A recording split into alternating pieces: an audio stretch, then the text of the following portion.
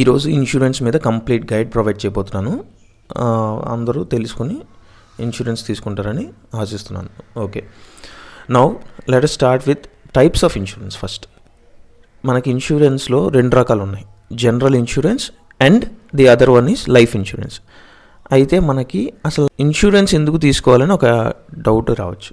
Insurance ఎందుకు తీసుకోవాలంటే ఒక 4 కేసెస్ ఎక్స్ప్లెయిన్ చేస్తాను సింపుల్గా. ఫస్ట్ థింగ్, మనకి కోల్డ్ వచ్చింది, దాన్ని మనం పట్టించుకోలేదు, ఎక్కువ కాలం వదిలేసాం దాన్ని, అలా కోల్డే కదా అని. నెమ్మదిగా నిమోనియా అయ్యింది, హాస్పిటలైజేషన్ చేయాల్సి వచ్చింది. ఇంచుమించుగా నిమోనియాకి 60,000 ప్లస్ మెడికేషన్ కొట్టి 10,000, సో టోటల్లీ 70,000 దాకా ఖర్చు అవుతుంది అనమాట. ఈ కేసులో అంటే చిన్న కోల్డ్కే మనం నెగ్లెక్ట్ చేయడం వల్ల నిమోనియా అయిపోయి మనకి అంతంత ఖర్చు అవుతుంది. సో ఫ్యూచర్లో ఇంకెంత ఖర్చు అవుతుందో చూడండి. మెడికల్ ఇన్ఫ్లేషన్ ఎంత ఉంది కంట్రీలో ఒకసారి ఆలోచించండి. కోవిడ్నే తీసుకోండి, లైఫ్స్ని చిన్నభిన్నం చేస్తుంది. సో హెల్త్ ఇన్సూరెన్స్ అనేది ఎప్పుడూ కూడా మనకి బ్యాకప్ ప్లాన్ లాగా ఉపయోగపడుతుంది అనమాట, మన సేవింగ్స్ని కవర్ చేసుకోవడానికి. ఇప్పుడు మనం సేవింగ్స్ని 2-3 సంవత్సరాలు కష్టపడి ఒక 2-3 లక్షలు పోగు చేస్తే అది నిమిషాల్లో ఖర్చు అయిపోతుంది హాస్పిటల్స్లో. అందుకనే ఒక బ్యాకప్ ప్లాన్ లాంటిది అనమాట. అంతేగాని ఇన్సూరెన్స్ని ఇన్వెస్ట్మెంట్ని రెండింటిని కలపద్దు. నేను చాలాసార్లు చెప్పాను, మళ్ళీ ఇప్పుడు చెప్తున్నాను, రెండింటిని ఎట్టి పరిస్థితుల్లో కలపద్దు. సో ఫస్ట్ కేసు అది హెల్త్ ఇన్సూరెన్స్ అలాంటి కేసులో ఉపయోగపడుతుంది మనకి అంటే పర్సనల్గా నాకు బ్యాకప్ ప్లాన్ అనమాట. రెండోది, మనకి ఎప్పుడైతే మనకి ఫర్ సపోజ్ ఒక సెకండ్ ఎగ్జాంపుల్ ఏంటంటే, మనల్ని ఆన్ సైడ్ పంపించారు, మన కంపెనీ మన వర్క్కి మెచ్చి ఆన్ సైడ్ పంపించింది అనమాట.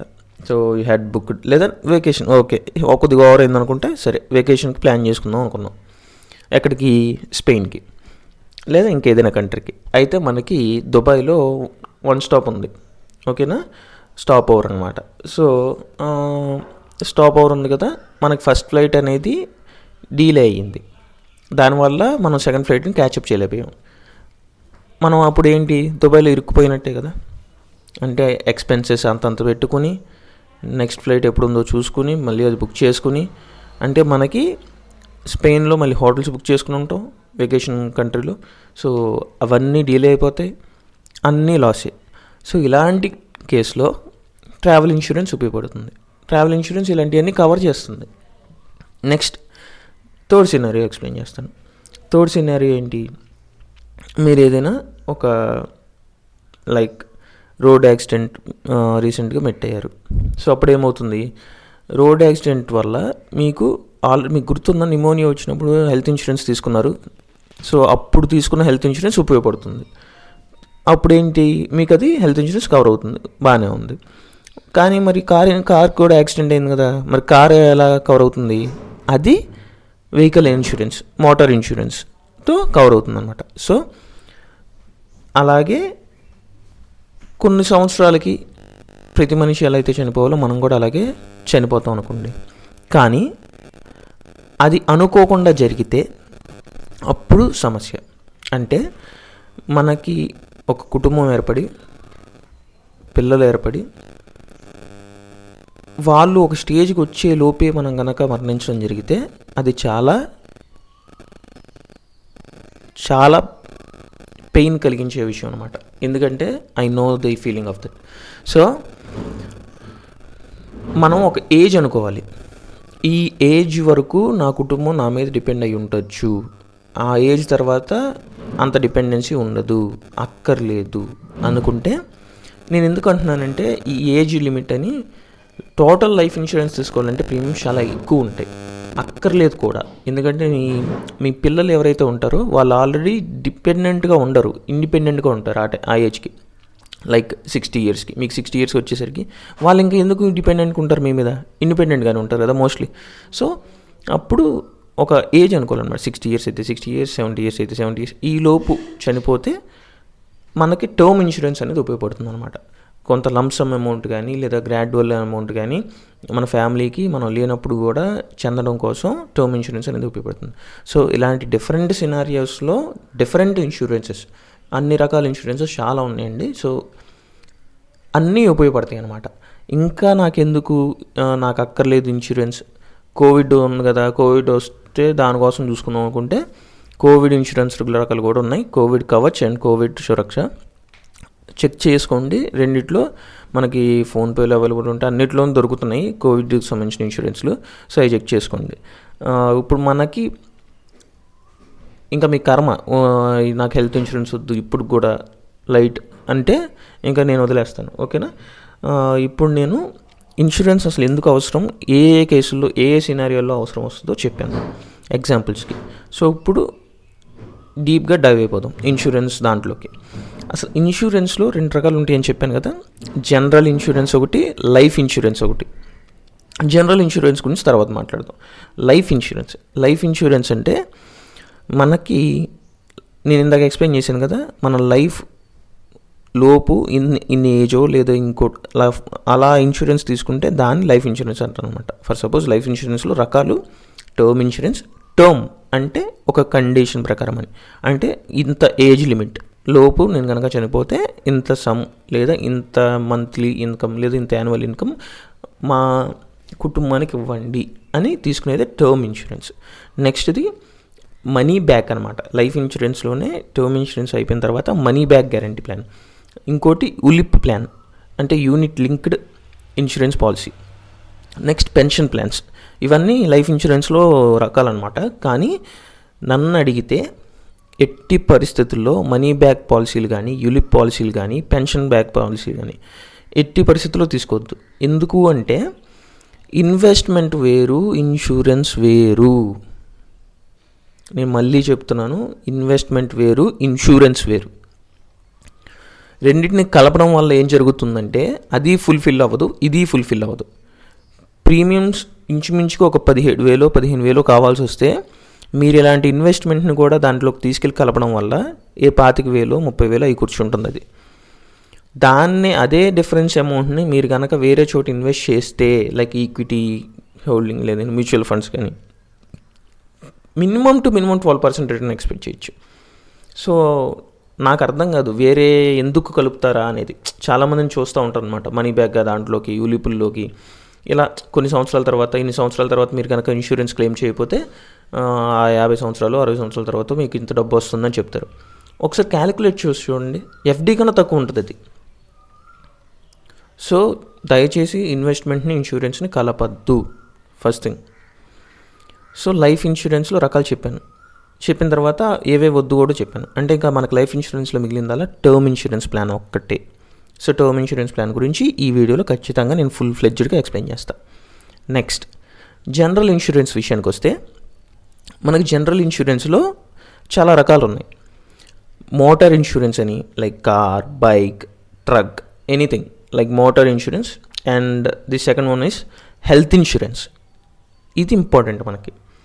సో హెల్త్ ఇన్సూరెన్స్ అనేది అసలు ఎలా ఉంది, ఎన్ని రకాలు ఉంది, మొత్తం ఈ వీడియోలో ఎక్స్ప్లెయిన్ చేస్తాను. అంటే నేను ఈ వీడియోలో ఒక పర్సన్గా ఆలోచిస్తూ ఎటువంటి ఇన్సూరెన్సెస్ ఉంటాయి అంటే term insurance and health insurance, ఈ రెండింటిని నేను కవర్ చేస్తాను అనమాట. ఇంకా motor insurance, home insurance and fire insurance. So ఇవి హెల్త్ ఇన్సూరెన్స్ కాకుండా జనరల్ ఇన్సూరెన్స్లో రకాలు. ఏది మోటార్ ఇన్సూరెన్స్ ఒకటి, హోమ్ ఇన్సూరెన్స్ ఒకటి అండ్ ఫైర్ ఇన్సూరెన్స్ ఒకటి. ఫైర్ ఇన్సూరెన్స్ ఇండస్ట్రియలిస్ట్ తీసుకుంటారు. హోమ్ ఇన్సూరెన్స్ జనరల్గా మనం హోమ్ కట్టుకున్నప్పుడు లేదంటే ఇంకోటి అయినప్పుడు మనకి హోమ్ ఇన్సూరెన్స్ తీసుకుంటాం. ఏదైనా విపత్కర పరిణామాలు వచ్చినప్పుడు, ఫ్లడ్స్ కానీ, సైక్లోన్స్ కానీ, సో ఇలాంటివి వచ్చినప్పుడు అది ఉపయోగపడుతుంది అన్నమాట home insurance. Next motor insurance అందరికీ తెలిసిందే. మోటార్ ఇన్సూరెన్స్లో రకాలు ఉంటాయి. Third party insurance and comprehensive insurance అందరికీ తెలిసిన విషయమే. చాలామంది చేసే తప్పు ఏంటంటే మోటార్ ఇన్సూరెన్స్ తీసుకునేటప్పుడు అది 1+3 2+3 ఉంటుంది కదా, దాని అలా వదిలేస్తారు. అదే 3 years అయిన తర్వాత చూద్దాంలే, థర్డ్ పార్టీ ఇన్సూరెన్స్ ఉంది కదా అని. చాలా తప్పండి. మీ ఇన్సూరెన్స్ కూడా కవర్ చేసుకోవడం చాలా ఇంపార్టెంట్. మీది అవ్వగానే మళ్ళీ ఇంకో ఇన్సూరెన్స్ తీసుకోవడమో దాన్నే ఎక్స్టెండ్ చేయించుకోవడమో ఏదో చేయండి. ఓకేనా? సో ఇప్పుడు అది అయిపోయింది. మనం health insurance and term insurance గురించి డీటెయిల్గా ఈ వీడియోలో మనం డిస్కస్ చేయబోతున్నాం. ఓకే?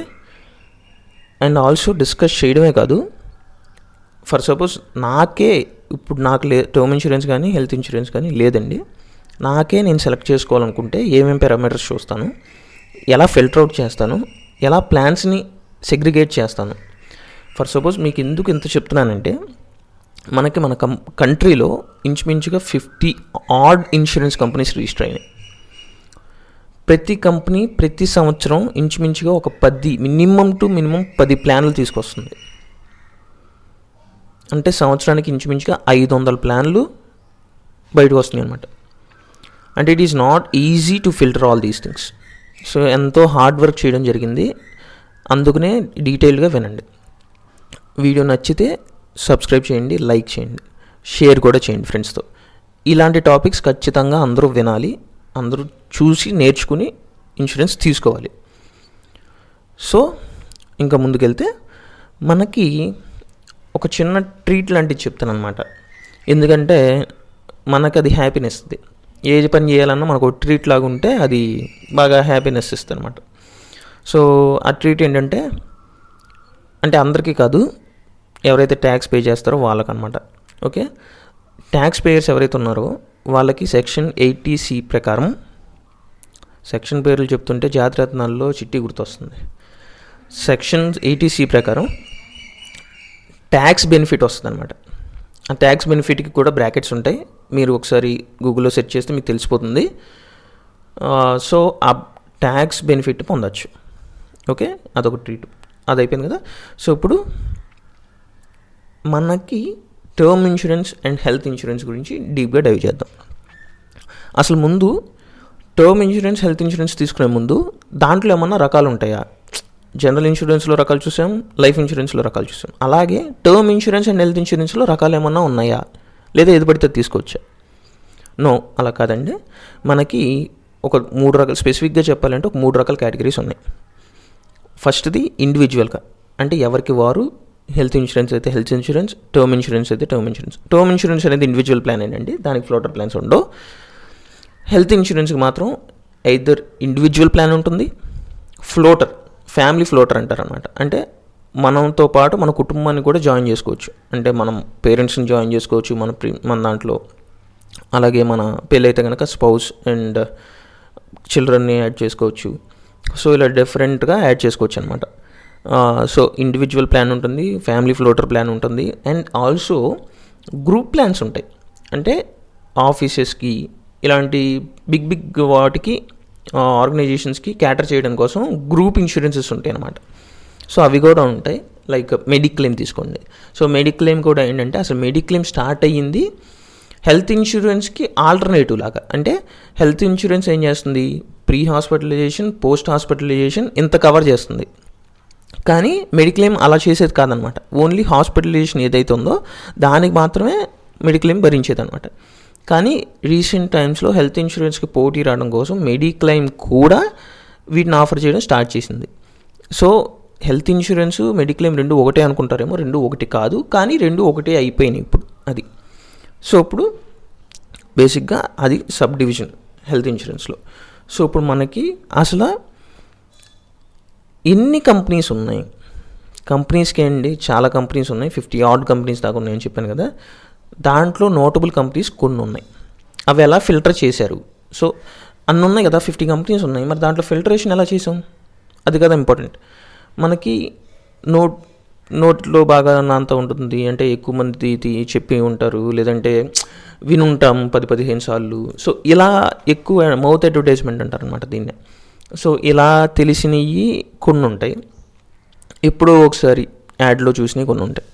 సో అలా నేను అసలు ఏమేం కంపెనీస్ ఉన్నాయి, దాంట్లో ఏ కంపెనీస్కి ఎలా, ఏ పారామీటర్ బేస్ చేసుకుని ఫిల్టర్ అవుట్ చేయాలనే దాని మీద నేను రీసెర్చ్ చేసి ఒక చిన్న రిపోర్ట్ క్రియేట్ చేసుకున్నాను అనమాట. ఏం లేదు, మనకి కొన్ని పారామీటర్స్ ఉంటాయి అన్నమాట. అవి ఏంటంటే, insurance regulatory authority, development and authority of India, IRDAI కొన్ని టర్మ్స్ని ఇంట్రడ్యూస్ చేసి, పదాలు, వాటికి ఒక మీనింగ్ఫుల్ స్ట్రక్చర్ ఇచ్చిందనమాట. సో దాన్ని ఏ కంపెనీ ఎంతెంత ఫాలో అవుతుందో బేస్ చేసుకుని నేను ఫిల్టరేషన్ చేశాను. అయితే ఆ టర్మ్స్ ఏంటో తెలియాలి. సో ఇప్పుడు మనం ఈ 50 కంపెనీస్లో 4 కంపెనీస్ని సార్ట్అవుట్ చేయబోతున్నాం, టర్మ్ ఇన్సూరెన్స్కి, లైఫ్ ఇన్సూరెన్స్కి. ఓకే, జాగ్రత్తగా వినండి. మనకి ఫస్ట్ పారామీటర్ వచ్చేసరికి claim settlement ratio. Claim settlement ratio అంటే ఎంతమంది క్లెయిమ్ చేసుకున్నారు, ఎన్ని క్లెయిమ్స్ సెటిల్మెంట్ అయినాయి అనేది క్లెయిమ్ సెటిల్మెంట్ రేషియో చెప్తుంది అనమాట. నెక్స్ట్ పారామీటర్ వచ్చి సాల్వెన్సీ రేషియో. సాల్వెన్సీ రేషియో అంటే ఒకవేళ ఇన్ బ్యాడ్ కండిషన్ మన ఇన్సూరర్ ఎవరైతే ఉంటారో వాళ్ళు క్లియర్ చేయలేకపోయారు, క్లెయిమ్స్ని క్లియర్ చేసే స్టేజ్ దాటిపోయింది అనమాట, కొద్దిగా ఫైనాన్షియల్గా బాగా డిస్టర్బ్ అయింది కంపెనీ, ఇన్సూరర్ కంపెనీ. సో అప్పుడు ఏంటంటే వాళ్ళ దగ్గర ఉన్న ఆస్తులు ఏవైతే ఉంటాయో అవి అమ్మేసి ఈ టర్మ్ లేదా హెల్త్ ఇన్సూరెన్స్ని క్లియర్ చేయగలరా లేదా అనేదే సాల్వెన్సీ రేషియో అనమాట. ఆ సాల్వెన్సీ రేషియో IRDAI ప్రకారం మినిమం 150% ఉండాలి. 100% క్లెయిమ్స్ ఏవైతే ఉంటాయో 100 క్లెయిమ్స్ ఏవైతే ఉంటాయో దానికి 150 మెయింటైన్ చేయాలన్నమాట. అంటే 150 క్లెయిమ్స్ క్లియర్ చేసే అంత అమౌంట్ మెయింటైన్ చేయాలి ప్రతి కంపెనీ.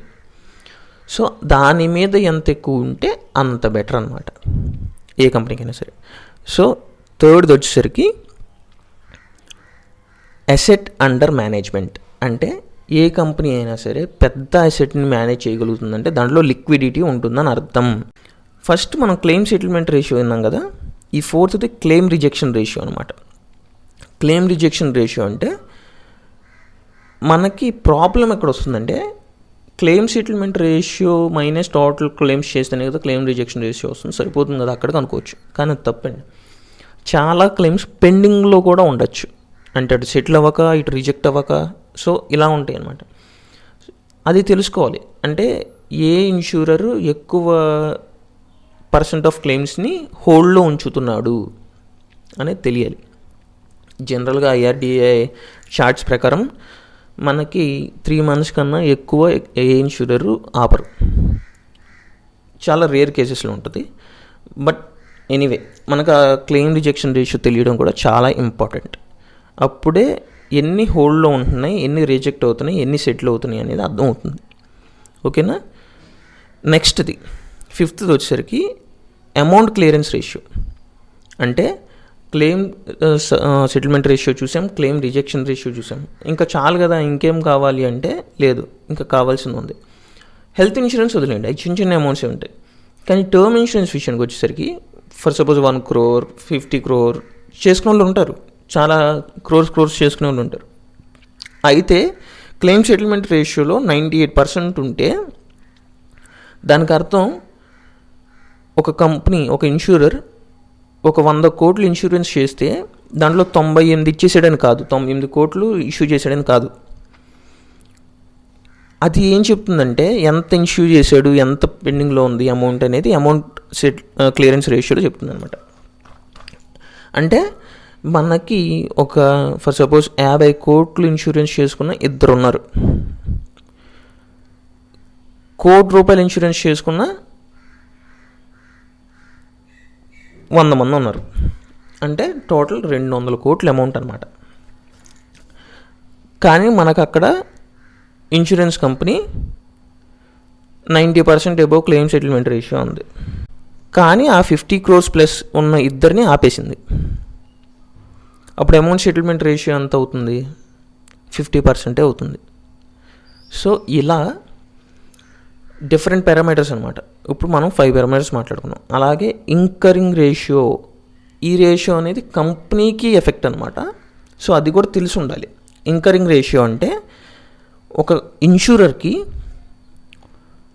ప్రతి సంవత్సరం క్లెయిమ్స్ ఎన్ని రిటర్న్ ఆఫ్ చేస్తున్నాడు, రిటర్న్ ఆఫ్ అంటే ఏం లేదండి ఇన్సూరెన్స్ భాషలో, ఎంత ప్రీమియం కలెక్ట్ చేస్తున్నాడు, లేదా ఎంత ప్రీమియం కలెక్ట్ చేస్తూ అంటే ఎన్ని క్లెయిమ్స్కి రెడీ అవుతున్నాడు, కొత్తగా క్లెయిమ్స్ ఎన్ని తీసుకుంటున్నాడు, అంటే ఓవరాల్గా చూస్తే ఎన్ని టోటల్ ఆబ్లిగేషన్ అయి ఉన్నాడు, ఒకవేళ క్లెయిమ్ వస్తే ఎంత ఆబ్లిగేట్ అయి ఉన్నాడు అనేది మనకి కొంత అమౌంట్ ఉంటుంది. సో ఇప్పుడు అలాగే ఇన్కర్ రేషియో అని చెప్తుందంటే మనకి ఒక సంవత్సరంలో మనకు కదండి ఇన్సూరర్కి ఒక సంవత్సరంలో ఒక అమౌంట్ అనేది క్లెయిమ్స్ అవుతూ ఉంటాయి కదా. సో దాని ద్వారా తను సంపాదిస్తున్న దానికన్నా, తను ఎలా సంపాదిస్తాడు ప్రీమియం రూపాన, సో తను సంపాదిస్తున్న దానికన్నా తనకి ఎంత ఖర్చు అవుతుంది అనేది ఇన్కమ్ రేషియో చెప్తుంది అనమాట. ఎక్కువ ఖర్చు అవుతుంది అంటే ఒక ఇన్సూరర్కి ఆ కంపెనీ అనేది ఎక్కువ కాలం సస్టైనబుల్గా ఉండలేదు. Simple reason, any company deserves profits. దానికోసం వాళ్ళు స్ట్రైవ్ చేస్తారు, దానికోసం వాళ్ళు పాటుపడతారు. సో ఎప్పుడైతే ఆ ఇన్కరింగ్ రేషియో 100% కన్నా దాటేసిద్దో then there is no sense in doing such a business కదా. సో ఆ ఇన్కరింగ్ రేషియో అనేది చాలా తక్కువ ఉండాలి, వీలైనంత తక్కువ ఉండాలి. సో ఇవి డిఫరెంట్ పారామీటర్స్, టోటల్ 6 పారామీటర్స్ మనం ఇన్సూరెన్స్ తీసుకునే ముందు చెక్ చేస్తాం. అది టర్మ్ ఇన్సూరెన్స్కి అయినా సరే, హెల్త్ ఇన్సూరెన్స్కి అయినా సరే. కొన్ని పారామీటర్స్ టర్మ్ ఇన్సూరెన్స్కి వర్తించవు, లేదా హెల్త్ ఇన్సూరెన్స్కి వర్తించవు. సో డిఫరెంట్ పారామీటర్స్ డిఫరెంట్ ఇన్సూరెన్సెస్కి వర్క్ చేస్తాయి అనమాట. సో మనం ఆ బేస్ చేసుకుని కొన్ని కంపెనీస్ని ఫిల్టర్ అవుట్ చేయడం జరిగిందనమాట. మీకు ఆ స్నాప్స్ ఇక్కడ కనబడతా ఉంటాయి, ఏ పారామీటర్కి ఎంత ఉన్నాయి అనేది. మనం చూసుకుంటే వీటన్నిటిని సార్ట్ అవుట్ చేయగా మనకి క్లెయిమ్ సెటిల్మెంట్ రేషియో ప్రకారం Tata AIA general insurance company is the best company in private sector and combined public సెక్టర్తో కలిపి.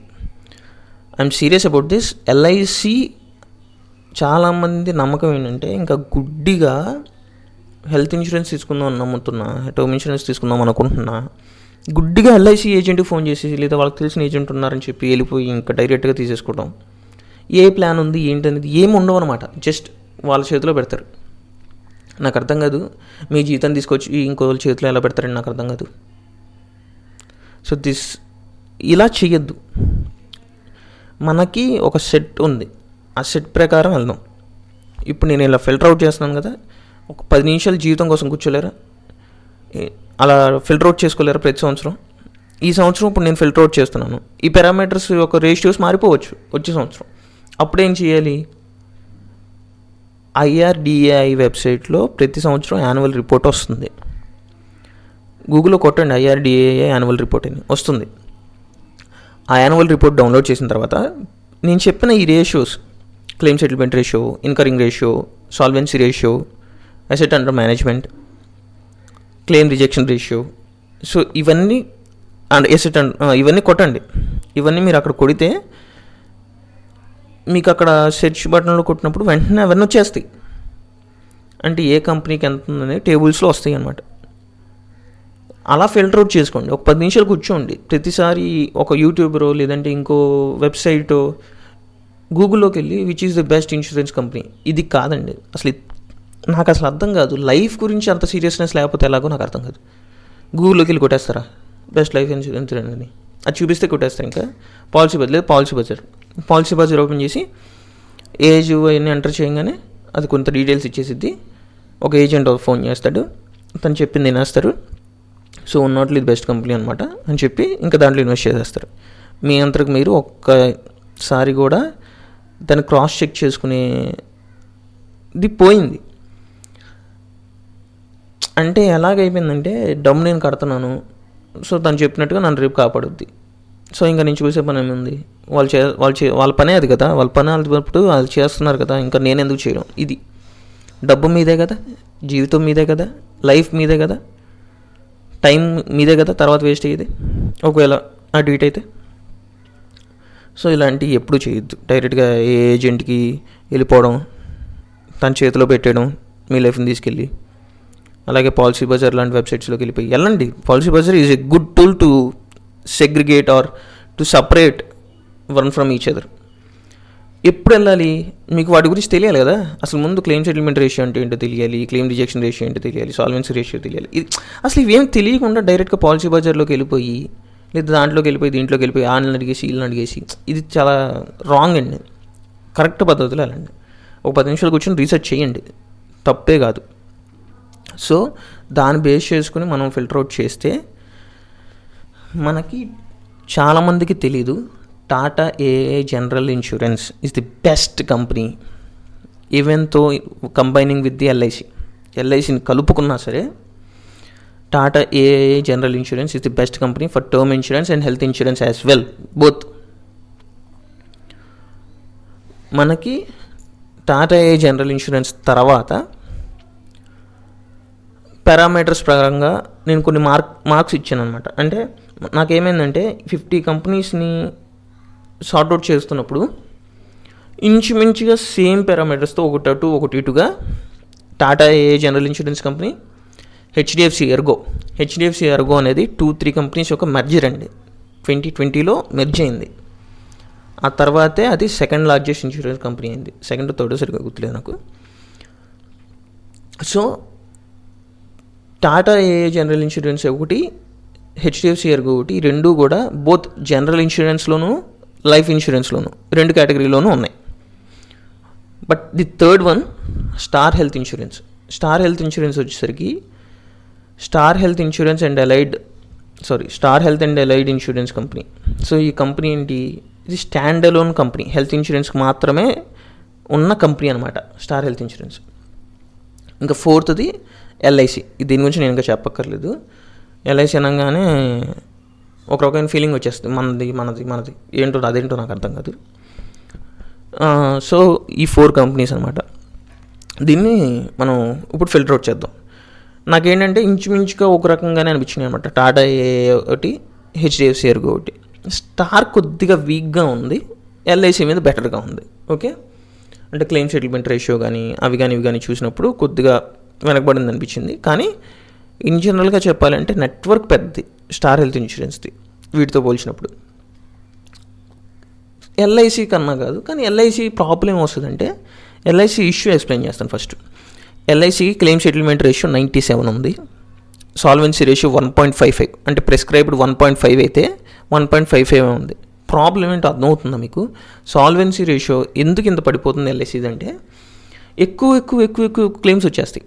క్లెయిమ్స్ కాదు, ప్రీమియమ్స్ కలెక్ట్ చేసుకుంటారు. అంటే ఎక్కువ మెంబర్స్ని రోలింగ్ చేసుకుంటారు అనమాట ఇన్సూరెన్స్ దాంట్లోకి. దాంతో ఏమవుతుంది, వాళ్ళ అసెట్స్ చాలా పెద్ద కంపెనీ, నమ్మరు. ఎల్ఐసి ముందు ఎంత కూడా పనికిరాము. అంత పెద్ద కంపెనీ ఎంత ఇన్సూరెన్స్లు తీసుకుంటే కానీ 1.55 సాల్వెన్సీ ఉంటుంది. అంటే ఇట్స్ ఆల్రెడీ పీక్డ్ అవుట్. అర్థమవుతుంది మీకు? సో 1.55 సాల్వెన్సీ రేషియో ఎల్ఐసిది. అసెట్ అండర్ మేనేజ్మెంట్ ఇంకా అసలు నేను చూడక్కర్లేదు, చెప్పక్కర్లేదు. దేశంలో నువ్వు ఏ కంపెనీని తీసుకున్నా ఎల్ఐసిని బీట్ చేయలేవు. 22.5 lakh crore asset under management ఎల్ఐసిది. నెక్స్ట్ క్లెయిమ్ రిజెక్షన్ రేషియో, ఇది 0.81 ఉంది. నెక్స్ట్ ఇన్కరింగ్ రేషియో 66గా ఉంది. సో ఇన్కరింగ్ రేషియో వచ్చి మనకి star health insurance and Tata ఏఏ అండ్ ఎల్ఐసి మూడు ఒకలాగానే ఉన్నాయి. మూడు ఒకలాగానే ఉన్నాయి. హెచ్డిఎఫ్సి ఎర్గో మాత్రమే బెటర్గా ఉంది, 74% ఇన్కరింగ్ రేషియో. ఇన్కరింగ్ రేషియో కదా, అది బెటర్గా కాదు, వర్స్ట్గా ఉంది. సో 74% ఇన్కరింగ్ రేషియో ఉంది హెచ్డిఎఫ్సి ఎర్గోకి. అంటే 25% మాత్రమే మార్జిన్స్ ఉన్నాయని అర్థం. కానీ టాటా ఏఏ కానీ స్టార్ కానీ ఎల్ఐసికి కానీ మార్జిన్స్ ఎక్కువ ఉంది. మార్జిన్స్ ఎప్పుడైతే ఎక్కువ ఉంటాయో అది సస్టైనబుల్గా ఉంటుంది. నెక్స్ట్ క్లెయిమ్ రిజెక్షన్ రేషియో ఇంచుమించుగా ప్రతి కంపెనీ కూడా నేను ఈ ఫిల్టర్ అవుట్ చేసిన తర్వాత ఈ 4 కంపెనీస్లో ప్రతి కంపెనీ కూడా 1 కన్నా బిలోనే మెయింటైన్ చేద్దామని చూసే కంపెనీసే. సో అసలు మనకి ఎటువంటి ప్రాబ్లం రాదు, రిజెక్ట్ అవ్వవు మోస్ట్ కేసెస్. కానీ కొన్ని కేసెస్ ఉన్నాయి, కొన్ని ఎక్స్క్లూజన్స్ ఉంటాయి ప్రతి ఇన్సూరెన్స్కి. ఆ ఎక్స్క్లూజన్స్ అండ్ నెక్స్ట్ ప్రతి ఇన్సూరెన్స్కి మనకి అందుకనే ఏదైనా ఇన్సూరెన్స్ తీసుకుంటున్నప్పుడు పేర్లు సరిగ్గా రాయడం, మీ డీటెయిల్స్ సరిగ్గా రాయడం, దేన్ని దాయకుండా ఉండడం. లైక్ డయాబెటీస్ మీకున్న దాన్ని దాచి ప్రీమియం తగ్గించడం కోసం ఇలాంటి పనులు చెయ్యొద్దు.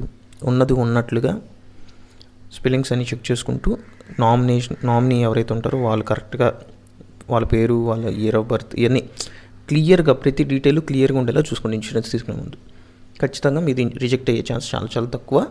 ప్రతి కంపెనీ కూడా ఈ 4 కంపెనీస్లో 1% కన్నా తక్కువ ఉంది కాబట్టి ప్రాబ్లమే రాదు. సో క్లెయిమ్ రిజెక్షన్ రేషియో నుంచి రోల్ అవుట్ చేసేస్తున్న ఆ పారామీటర్ని.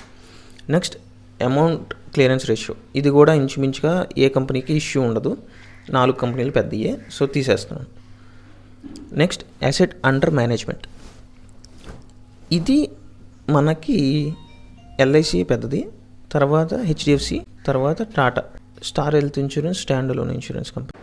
సో క్లియర్గా సాల్వెన్సీ రేషియో బేస్ చేసుకుని నేను ఎల్ఐసిని రోల్అవుట్ చేస్తున్నా. ఓన్లీ అదొక్క పారామీటర్ని బేస్ చేసుకుని రోల్అవుట్ చేయట్లేదండి, ఇంకొన్ని పారామీటర్స్ ఉన్నాయి. Like cashless claims, network hospitals ఎల్ఐసికి చాలా తక్కువ వేరే comparing to other companies. So ఇవన్నీ నేను చూసుకుని ఎల్ఐసిని హెల్త్ ఇన్సూరెన్స్ వరకు, అట్లీస్ట్ టర్మ్ ఇన్సూరెన్స్ పక్కన పెట్టండి, హెల్త్ ఇన్సూరెన్స్ వరకు నేను ఖచ్చితంగా ఎల్ఐసిని రూల్అవుట్ చేస్తున్నాను. నాకు ఇంకా మిగిలిన మూడు కంపెనీలు, Tata, HDFC Ergo and star. గుర్తుపెట్టుకోండి, స్టార్ అనేది stand alone health insurance company. అంటే బెటర్ మనకు సర్వీస్ ఎక్కువ దొరికే ఛాన్స్ ఎక్కువ ఉంటుంది, ఎందుకంటే స్టార్ స్టాండ్ అలోన్ కంపెనీ కాబట్టి ఎక్కువ సర్వీస్ అంతా హెల్త్ ఇన్సూరెన్స్ మీద బేస్ అయింది కాబట్టి. అలా కాకుండా టాటాను హెచ్డిఎఫ్సి రెండు కూడా జనరల్ ఇన్సూరెన్స్లో ఉన్నాయి, హెల్త్ ఇన్సూరెన్స్లో కూడా ఉన్నాయి కాబట్టి సర్వీస్ ఉంటుంది, but they are not stand alone services. So అదొకటి మైండ్లో పెట్టుకోండి. నెక్స్ట్ వచ్చేసరికి మనకి ఈ ఫిల్టర్స్ ప్రకారంగా నేను ఫిల్టర్ అవుట్ చేస్తే టాటా ఏఐఏ జనరల్ ఇన్సూరెన్స్ కంపెనీకి 14 పాయింట్స్ వచ్చినాయి, హెచ్డిఎఫ్సికి 11 పాయింట్స్ వచ్చినాయి, స్టార్కి కూడా 11 పాయింట్స్ వచ్చినాయి. అంటే దీన్ని బట్టి నాకు ఏమవుతుందంటే Tata AIA general insurance company is the best company to choose for. But wait, ఇప్పుడు మనం కంపెనీని ఫిల్టర్ అవుట్ చేసాం, బట్ వాటి యొక్క ప్లాన్స్ని చూసి మళ్ళీ సార్ట్అవుట్ చేయాలిగా. సో మనం ఇప్పుడు 50 కంపెనీస్ నుంచి 3 కంపెనీస్కి వచ్చాం, బాగానే ఉంది. మరి 3 కంపెనీస్లో కూడా ఇండివిజువల్గా ప్రతిదానికి కొన్ని సెట్ ఆఫ్ ప్లాన్స్ ఉన్నాయి కదా. ప్రతి సంవత్సరం 50 ప్లాన్స్ వస్తున్నాయి అంటే 500 ప్లాన్స్ వస్తున్నాయి అంటే ఎన్నో ప్లాన్స్ ఉన్నాయని కదా అర్థం. సో ఆ ప్లాన్స్ బేస్ చేసుకుని కూడా దీనికి మార్క్స్ ఇద్దాం, అలాగే సార్ట్అవుట్ చేద్దాం. So for suppose Tata AIA general insurance కంపెనీని తీసుకుంటే హెల్త్ ఇన్సూరెన్స్ వచ్చేసరికి, లేదా ఇంచుమించు హెల్త్ ఇన్సూరెన్స్ గురించి మాట్లాడుకుని సార్ట్అవుట్ చేసుకుందాం. టర్మ్ ఇన్సూరెన్స్ అన్నిటికీ ఇంచుమించుగా కండిషన్స్ కానీ ఏదైనా కానీ ఒకటే ఉంటాయి. సో టర్మ్ ఇన్సూరెన్స్ గురించి నేను ఇక్కడ మాట్లాడలేదు, హెల్త్ ఇన్సూరెన్స్ గురించి మాట్లాడుతున్నాను. ముందు హెల్త్ ఇన్సూరెన్స్ సార్ట్అవుట్ చేసేద్దాం, తర్వాత టర్మ్ ఇన్సూరెన్స్ గురించి మాట్లాడతాను. సో హెల్త్ ఇన్సూరెన్స్ వచ్చేసరికి మనకి టాటాలో మెడికేర్ అండ్ మెడికేర్ ప్రీమియర్ అని చెప్పి 2 రకాల ప్లాన్స్ ఉంటాయి. మనకి బేసిక్ది మెడికేర్ అనమాట, మెడికేర్ ప్రీమియం అనేది అల్ట్రా, ఓకేనా. సో ఇప్పుడు మనకి ఈ టాటా కానీ హెచ్డిఎఫ్సిలో కానీ మనకి కోవిడ్ వస్తే, నాకు ఎక్కడ నచ్చలేదంటే ఇది ఒక్కటే నచ్చలేదండి, కోవిడ్ వస్తే అంటే టాటా కానీ హెచ్డిఎఫ్సి కానీ స్టార్ కూడా, even star was included in this. మరి రీసెంట్గా టర్మ్స్ ఏమైనా మార్చర్లేదు తెలీదు కంపెనీస్. ఇన్ జనరల్గా ఈ 3 కంపెనీస్ కూడా కోవిడ్కి ఇన్పేషెంట్ అయితేనే డబ్బులు ఇస్తున్నారు, ఓకే. ఓన్లీ ఇన్పేషెంట్కి హాస్పిటలైజ్ అవ్వాలన్నమాట, హాస్పిటలైజేషన్ అయితేనే ఇస్తున్నారనమాట. స్టార్ ఒక్కదానికి కొన్ని కండిషన్స్ మీద ఉన్నాయన్నమాట. ఆ కండిషన్స్ ఏంటంటే తెలుసు కదా, ప్రతి కంపెనీ కూడా చిన్న స్టార్ ఇచ్చి కిందకి అసలు కనపడని అక్షరాలు ఇస్తుంది, అలాంటి కండిషన్స్ అనమాట. సో ఇంకా మీరే ఊహించుకోండి. నన్ను అడిగితే ప్రతి కంపెనీ కూడా ఇన్పేషెంటే కన్సిడర్ చేస్తుందని చెప్పి నేను అనుకుంటా. సో ఇన్పేషెంట్ అంటే ఏంటంటే కోవిడ్ వచ్చినప్పుడు మనం హాస్పిటలైజ్ అయితే మాత్రమే ఆ ఖర్చులను భరిస్తాయి అన్నమాట ఇన్సూరెన్స్ కంపెనీస్. అదే హోమ్ క్వారంటైన్ ఉంటాను, ఇంట్లోనే తగ్గించుకుంటాను, పట్టించుకో పక్కిల్లంటే ఈ 3 కంపెనీలు కూడా. అందుకనే కోవిడ్ బేస్ చేసుకుని ఇన్సూరెన్స్ ప్లాన్ తీసుకుందాం అనుకుంటే శుద్ధ దండగ పని అవుద్ది. నన్ను అడిగితే సపరేట్ ప్లాన్ తీసుకోవడం నయం. అంటే హాస్పిటలైజేషన్ అవుతున్నాను అంటే కొద్దిగా ఏజ్ ఎక్కువ ఉంది, కరోనా వస్తే ఖచ్చితంగా హాస్పిటలైజేషన్ అవ్వాల్సిందే, హోమ్ క్వారంటైన్ అవ్వలేను, ఇలాంటివి ఉంటే తీసేసుకోండి, కవర్ అయిపోద్ది. అలా కాకుండా హాస్పిటలైజేషన్ అవ్వాల్సిన పని ఉండదు అనుకుంటా, కొద్దిగా నాకు ఇమ్యూనిటీ ఉంది, నేను హోమ్ క్వారంటైన్తో సరిపెట్టుకోగలను, తగ్గిపోతుంది అనుకుంటే అప్పుడు ఈ కవర్ చేయవు, ఖర్చులు అవుతాయి. అందుకని మనకు సపరేట్గా సెంట్రల్ గవర్నమెంట్ ఏదైతే ఇంట్రడ్యూస్ చేసిందో IRDA and central government covid Kavach, covid సురక్షను ఏదో ఉంది ప్లాన్. సో ఈ 2 ప్లాన్స్లో ఏదో ఒక ప్లాన్ని మీరు ఈజీగా సార్ట్అవుట్ చేసుకోవచ్చు. ఎందుకంటే కోవిడ్ బేస్ చేసుకున్న సెంట్రిక్గా ఉన్న ఇన్సూరెన్స్ పాలసీస్ కాబట్టి మీకు అక్కడ టర్మ్స్ అయ్యి ఈజీగా అర్థమైపోతాయి. ఫోన్పేలో కూడా ఉందండి కోవిడ్కి సంబంధించిన ఇన్సూరెన్స్. సో చూసి ఒకసారి తీసుకోండి కోవిడ్కి సంబంధించిన సపరేట్గా కావాలంటే. ఎందుకంటే సపరేట్ కోవిడ్ ఇన్సూరెన్స్ వచ్చేసరికి మనకి హోమ్ ఐసోలేషన్కి కూడా కవర్ చేస్తాయి, ఓకే. అయితే ఇక్కడ ఒకటి చెప్తున్నాను, స్టార్ హెల్త్ ఇన్సూరెన్స్ మనకి టెస్టింగ్ ఉంది కదా, కోవిడ్ టెస్టింగ్కి పాజిటివ్ వచ్చింది అనుకోండి, ఆ టెస్టింగ్ ఛార్జెస్ కూడా భరించిద్ది అనమాట స్టార్ హెల్త్ ఇన్సూరెన్స్. అదొకటి కొద్దిగా పాజిటివ్ అనిపించింది. నెక్స్ట్, ఇప్పుడు టాటాలో మెడికేర్ అండ్ మెడికేర్ ప్రీమియర్ ఉంది, హెచ్డిఎఫ్సిలో Optima restore and Suraksha plan, స్టార్లో క్లాసిక్ బేసిక్ ప్లాన్ ఒకటి, కంప్రహెన్సివ్ ఫ్యామిలీ ప్లాన్ ఒకటి. అంటే కంప్రహెన్సివ్ ఇండివిజువల్ కానీ కంప్రహెన్సివ్ ఫ్యామిలీ ప్లాన్ కానీ, మొత్తం ప్రతి కంపెనీకి కూడా 2 రకాల ప్లాన్స్ ఉన్నాయి. ఒకటేమో బేసిక్ ప్లాన్ వెర్షన్, ఇంకోటి అల్ట్రా వెర్షన్ అనమాట. సో మీకు అర్థమైపోయి ఉంటుంది ఈ బట్టికి. అల్ట్రా వెర్షన్లో ప్రీమియం ఎక్కువ ఉంటుంది, బేసిక్ వెర్షన్లో ప్రీమియం తక్కువ ఉంటుంది. నేను ఇంకా చెప్పక్కర్లేదు, ఓకేనా. సో ఇప్పుడు ఇంకా ఈజీ అయిపోయింది మనకు. 3 కంపెనీలు 3x2 ప్లాన్లు, అంటే మొత్తం 6 ప్లాన్లో సార్ట్అవుట్ చేసుకుంటే ఫిల్టర్ ఫినిష్. మనకి హెల్త్ ఇన్సూరెన్స్ ఏది కావాలో తెలిసిపోద్ది. కొద్దిగా ఇదే కష్టం అవుతుంది. ఇక్కడ నుంచి ఏమవుతుందంటే, మనం ప్లాన్లు ఎలా సార్ట్అవుట్ చేస్తాం, దానికి కూడా కొన్ని పారామీటర్స్ ఉంటాయి.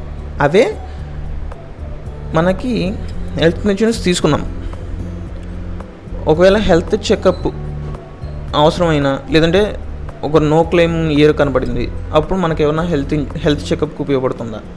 ఎస్, టాటా ఒకటి, హెచ్డిఎఫ్సి అండ్ స్టార్ 3 కూడా నో క్లెయిమ్ ఇయర్కి హెల్త్ ఇన్సూరెన్స్ ప్రొవైడ్ చేస్తాయి. అది డిఫరెంట్గా ఉంటుంది. ప్రతి కంపెనీ కూడా 1% అని, ప్రీమియంకి 1% మనం ఏదైతే అదే కవర్ అయ్యి ఉన్నామో అమౌంట్కి, ఫర్ సపోజ్ 5 lakh కవర్ అయితే 1% అంటే 5,000 ఇస్తామని, ఇలా ఒక్కొక్క కంపెనీ ఒక్కొక్క రేషియోతో హెల్త్ చెకప్కి సబ్ లిమిట్ పెట్టిందనమాట. వీటిని సబ్ లిమిట్స్ అంటారు.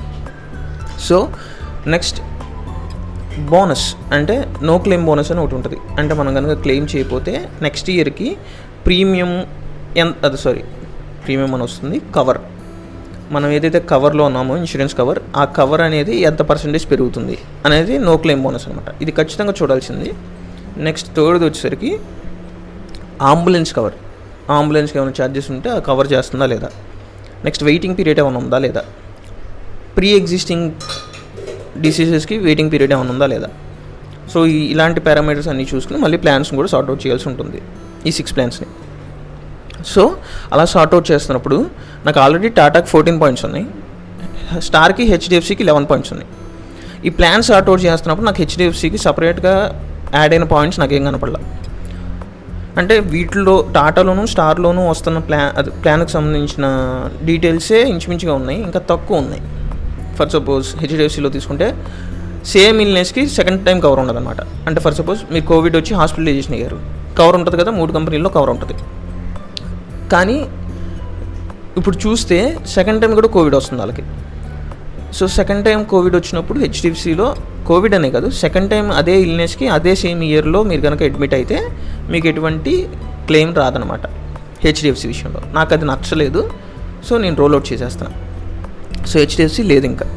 సో మనకున్నదల్లా టాటా అండ్ స్టార్, అంటే 4 ప్లాన్లకు వచ్చేసాం. 2 కంపెనీలు 2 4 ప్లాన్లకి. సో ఇప్పుడు టాటా వచ్చేసి మనకి బోనస్ 50% అప్ టు 100% అయ్యేదాకా పెరుగుతా వెళ్ళిద్ది, no claim bonus. It's a good thing. ఎందుకంటే మనం 5 లక్షలు తీసుకుంటాం, అది 10 లక్షలు అయ్యేదాకా పెరుగుతూనే ఉండిద్ది అనమాట మనం క్లెయిమ్ చేయని ప్రతి సంవత్సరం. అది బెటర్ థింగ్ ఖచ్చితంగా. కానీ స్టార్ ఏమో 50% చెప్పిన సేమ్ అలాగే పెరుగుద్ది, కానీ 7,50,000 లిమిట్ అనమాట 5 lakh ప్యాకేజ్కి. కొద్దిగా అది డ్రాబ్యాక్ అనిపించింది స్టార్లో. Next, same illness 2 star and Tata 2 కూడా సేమ్ ఇల్నెస్కి సేమ్ పర్సన్కి సేమ్ ఇయర్లో కవరెన్స్ ఉంది. కాకపోతే ఇక్కడ మనకి నా 4 ప్లాన్లో డిఫరెన్స్ ఏమొస్తుందంటే, బేసిక్ ప్లాన్కి అల్ట్రా ప్లాన్కి 2 కంపెనీస్లో కూడా మనకి టాప్అప్ అనేది ఒకటి ఉంటుంది అనమాట. బేసిక్గా ప్రాబ్లం ఏమవుతుందంటే, ఇక్కడ టాప్అప్కి మనం ఒక ఇన్సూరెన్స్ తీసుకున్నప్పుడు 5 lakh అనుకుంటే మనం హాస్పిటలైజేషన్ అయ్యాం, దేనివల్ల అయితే దేనివల్ల అయిన తర్వాత ఒక 3 lakhs హాస్పిటల్ ఖర్చు అయింది, ఇంకా మిగిలిందంతా 2 lakhs. కానీ నెక్స్ట్ టైం ఇంకో దాని మీద మనం ఫ్యామిలీ ఫ్లోటర్ తీసుకున్నాం అనుకుందాం, వేరే వాళ్ళకి ఎవరికో హాస్పిటలైజేషన్ అవ్వాల్సి వచ్చింది మన ఫ్యామిలీలోనే ఇన్సూరెన్స్ తీసుకున్న వాళ్ళలో. సో వాళ్ళు హాస్పిటలైజేషన్ అయినప్పుడు ప్లాన్స్ ఎలా ఉంటాయి అంటే, కొన్ని ఈ 3 lakhs అయినాయి కదా, సో మిగిలిన 2 lakhs కూడా ఖర్చు అయిన తర్వాత మాత్రమే.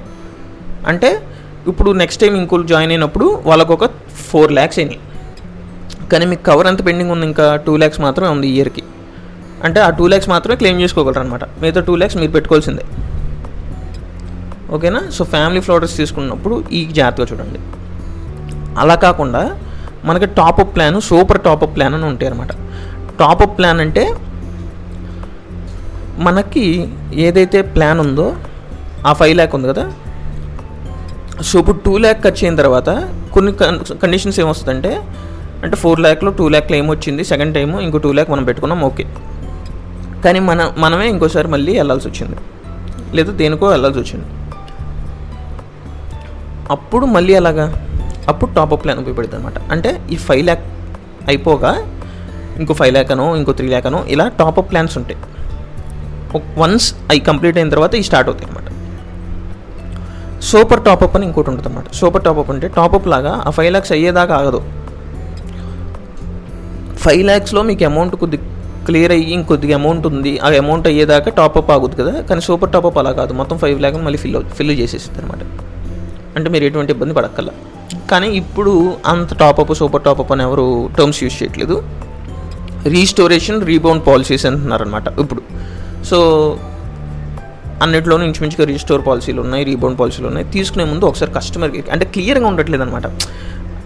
అంటే మన 5 lakh అమౌంట్ అనేది కంప్లీట్గా ఎగ్జాస్ట్ అయిపోయిన తర్వాత కానీ టాపప్ వస్తుందా, లేదంటే అది రీస్టోరేషన్ జరుగుతుందా, లేదంటే 5 lakhలో కొంత అమౌంట్ వాడుకోగానే మళ్ళీ 5 lakh రీస్టోర్ అవుతుందా, ఇలాంటి క్లారిటీస్ లేవు. సో ఎప్పుడైనా సరే మనం ఇంత సార్ట్అవుట్ చేసుకుని 2 కంపెనీస్కి వచ్చేసాం కదా. సో ఇప్పుడు తీసుకునేటప్పుడు ఒక ప్లాన్ ఫిక్స్ అయిన తర్వాత, లేదా ఒక కంపెనీ ఫిక్స్ అయిన తర్వాత, స్టార్ అని అనుకోండి లేదా టాటా అనుకోండి, మీకు నచ్చింది ఒక తీసుకున్న తర్వాత కంపెనీ, మీరు వాళ్ళకి కస్టమర్ కేర్కి ఫోన్ చేయండి.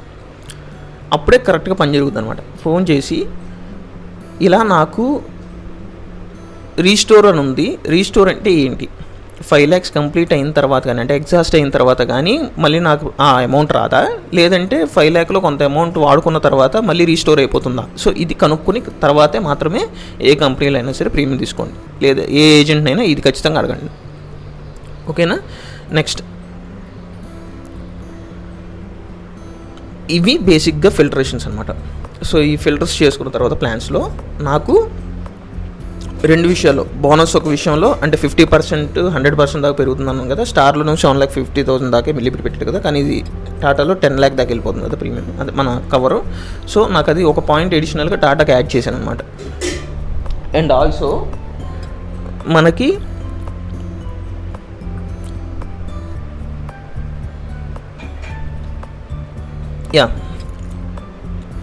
ఓకే, ప్రీ ఎగ్జిస్టింగ్ పీరియడ్ అంటే ఆల్రెడీ ఎగ్జిస్టింగ్ డిసీజ్కి ప్రీ ఎగ్జిస్టింగ్ పీరియడ్ వచ్చేసరికి మనకి టాటాలో 2 years ఉంటే స్టార్లో 3 years ఉంది.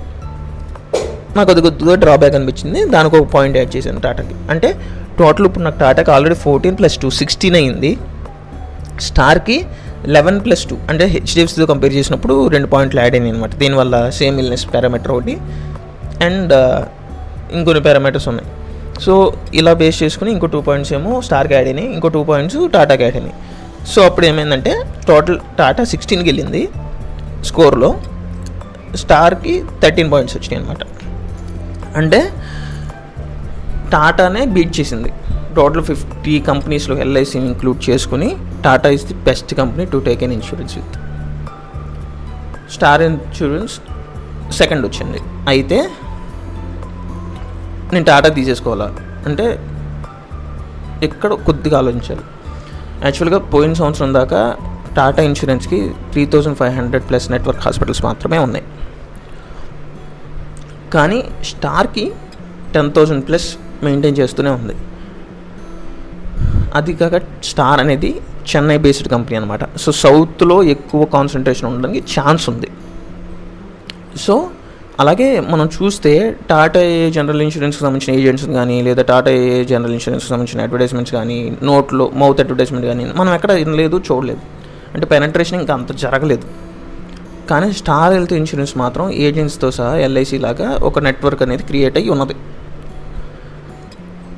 సో ఇవన్నీ చూసుకుంటే నెక్స్ట్ ఇంకోటి ఏంటంటే క్యాష్లెస్ క్లెయిమ్స్. నేను చెప్పాను కదా పోయిన సంవత్సరం దాకా టాటా 3,500+ హాస్పిటల్స్లోనే ఉంది, నెట్వర్క్ హాస్పిటల్స్లోని. సో నెట్వర్క్ హాస్పిటల్ అంటే ఏంటంటే క్యాష్లెస్ క్లెయిమ్స్ మనం అంటే హాస్పిటలైజేషన్ అయినప్పుడు మనం రూపాయి కట్టకుండా ఆ కార్డు ఒకటి ఇస్తారనమాట, ఏటీఎం కార్డు లాగా. సో అలాంటి క్యాష్లెస్ కార్డు యూజ్ చేసుకుని మనం క్లెయిమ్ చేసేసుకోవచ్చు. ఎన్ని హాస్పిటల్స్ ఎక్కువగా నెట్వర్క్ హాస్పిటల్స్ ఉంటే అంత క్యాష్లెస్ క్లెయిమ్స్కి ఈజీ అవుతుంది అనమాట. సో మనకి టాటా పోయిన సంవత్సరం తక్కువ ఉన్నా కానీ ఈ సంవత్సరం 7,500+ హాస్పిటల్స్. సింపుల్గా నేను ఎక్స్ప్లెయిన్ చేయాలంటే విజయవాడలోనే అంతకుముందు ఉందో లేదో నాకు తెలియదు నెట్వర్క్ హాస్పిటల్ చేయను, ఇప్పుడు 55 హాస్పిటల్స్ దాకా కవర్ అయ్యి ఉన్నాయి టాటా ఏఏలో. సో బాగా క్యాచప్ చేసింది స్టార్, నేను హెచ్డిఎఫ్సిని టాటా ఏఏ. అది నాకు బాగా నచ్చింది. దానికి ఇంకో పాయింట్ కూడా ఇవ్వచ్చు, అంటే 17 పాయింట్స్, స్టార్కి 13 పాయింట్స్ అనమాట. సో కవర్ అయితే ఉంది. విజయవాడలో కూడా 55 హాస్పిటల్స్ దాకా కవర్ ఉంది.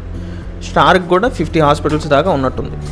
అంటే ఇంచుమించుగా సేమ్ రెండు ఒకే నెట్వర్క్ హాస్పిటల్స్ కవరేజ్ని కవర్ చేస్తున్నాయి మనకి.